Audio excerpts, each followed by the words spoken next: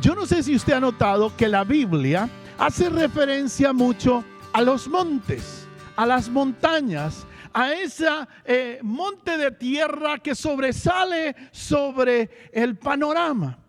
Es interesante que la Biblia habla mucho de los montes. Los montes tienen una enseñanza, los montes siempre tienen un símbolo. Los montes en la Biblia habla del lugar en que uno llega a la cúspide, a ese lugar donde se une el cielo con la tierra. Los montes es el lugar alto, habla del encuentro con Dios. Fue en los montes donde sucedieron eventos importantes en la vida de grandes hombres de Dios. Si usted mira la Biblia, en la Biblia menciona muchas veces el monte de la presencia de Dios. El monte donde Dios llamó, el monte donde Jesús se encontró, el monte donde una y otra vez en un lenguaje simbólico está representando un mensaje que Dios quiere darnos a nosotros. Pero en este pasaje habla específicamente de que la fe, nuestra confianza, Dios la compara con un monte, y no cualquier monte, sino el monte de Sión. El monte de la misma presencia de Dios. El monte que se le llama la casa de David, la ciudad de David. El monte que significa Jerusalén. El monte de donde sale la salvación. El monte que representa la presencia de Dios en nuestras vidas.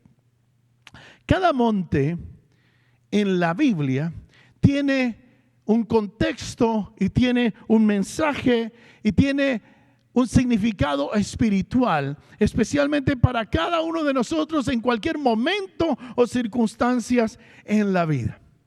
Ayúdeme a recordar cuáles son los montes de la Biblia que usted se acuerda. Monte Oreb, Monte Sinaí, okay, el monte de la transfiguración, el monte donde Jesús fue llevado y volverá. ¿El monte de qué? El monte Carmelo con Elías, monte de los olivos. Cuando leemos en la Biblia, hermano, en la Biblia se habla de varios montes y de esos montes tienen su significado. El monte Sinaí, el monte Oreb, el monte Tabor, el monte Carmelo, el monte Gerizim, el monte de los olivos. Para los judíos el monte Sinaí quizás es el más importante, al igual que el monte Sión. Para los cristianos, el que suena más interesante y tiene un significado muy importante, el monte de los olivos. Es el más prominente en nuestra fe cristiana. ¿Y por qué el monte de los olivos? Porque fue precisamente en el monte de los olivos donde Jesús subió a orar. Habla del llamado de Dios para su pueblo a subir a su presencia para orar. Pero también en el monte de los olivos fue donde Jesús descubre el corazón de Pedro y le dice: de cierto que me vas a negar no una vez, sino 3 veces. Hermano, necesitamos subir a ese monte de los olivos para que Dios descubra realmente cuáles son las intenciones de nuestro corazón. Porque sabe Dios que queremos amarle, queremos buscarle, pero engañoso es nuestro corazón. Porque a veces lo que no queremos hacer, eso es lo que terminamos haciendo. El monte de los olivos también es el monte de la revelación de los últimos tiempos. Y fue ahí donde en Mateo 24 el Señor revela y dice: vendrán estos tiempos, vendrán guerras, vendrán terremotos. Y el Señor habla del fin.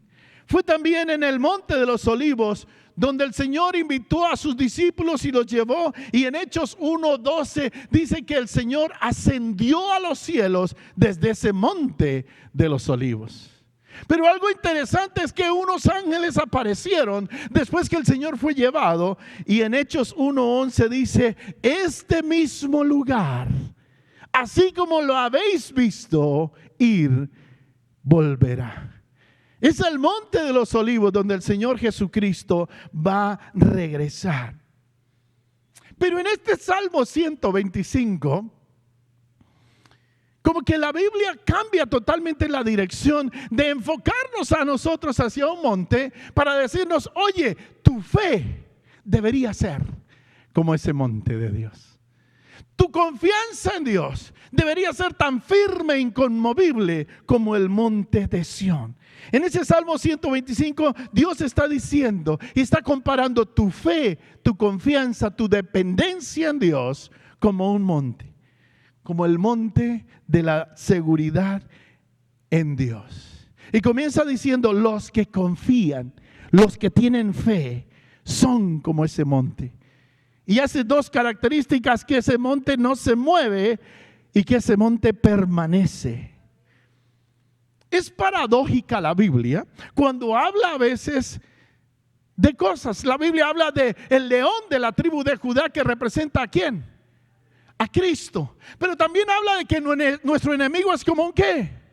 Como un león rugiente. Entonces es interesante que la Biblia usa la misma palabra paradójicamente para darnos dos significados importantes. ¿Y eso es para qué? Para que usted como hijo de Dios esté muy atento en qué es lo que está creyendo y en quién ha creído. Así como nuestra fe es como el monte de Sión, hay momentos que nosotros enfrentamos en la vida, montes, pero montes ¿de qué?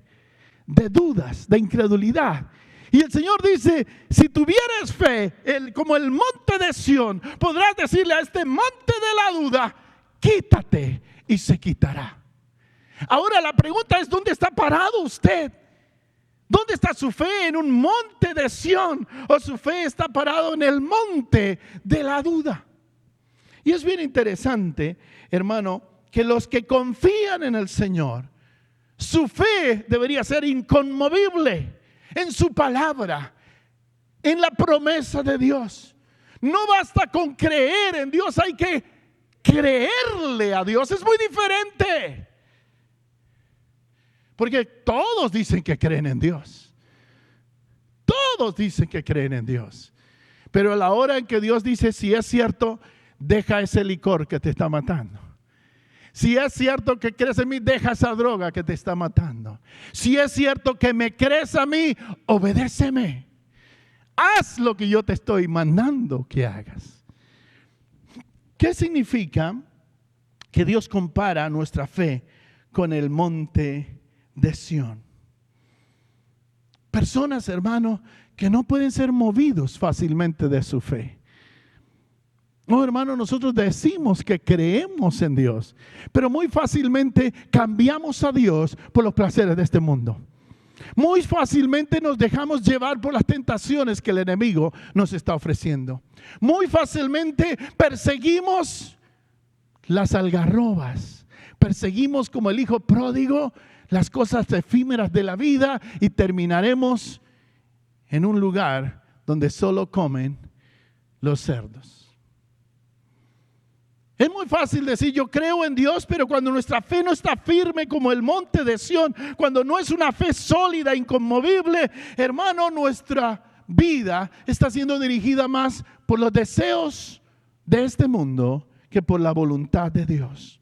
El monte de Sión representa la ciudad de David, y David era un hombre conforme al corazón de Dios. No que no cometiera fallas, claro que sí. Usted y yo cometemos errores, pecamos, fallamos. Pero ¿cuál es la diferencia? Que David decía 7 veces el justo se puede tropezar y caer, pero se levanta. No se queda en el fango, no se queda en el fondo del pecado y de la maldad, sino que dice, Señor, me levantaré, iré a mi Padre y le confesaré mis pecados y me arrepentiré. Porque arrepentimiento el que confiesa, pero también el que se aparta de su pecado.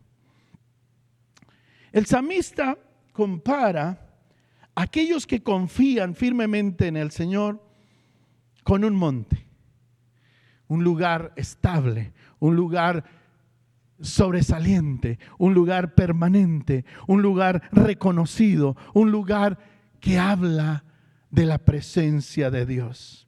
Y confianza, hermano, es aprender a tener fe, pero puesta en el Señor, no solamente en sus promesas. Porque a veces es muy fácil creer en Dios cuando nos promete cosas bonitas. He aquí que yo estoy contigo, amén, Señor, yo lo creo. He aquí que yo te bendeciré, amén, Señor, yo lo creo. He aquí que yo haré de ti una gran nación, amén, Señor, yo lo creo. He aquí que yo quiero que me obedezcas, que haga mi voluntad.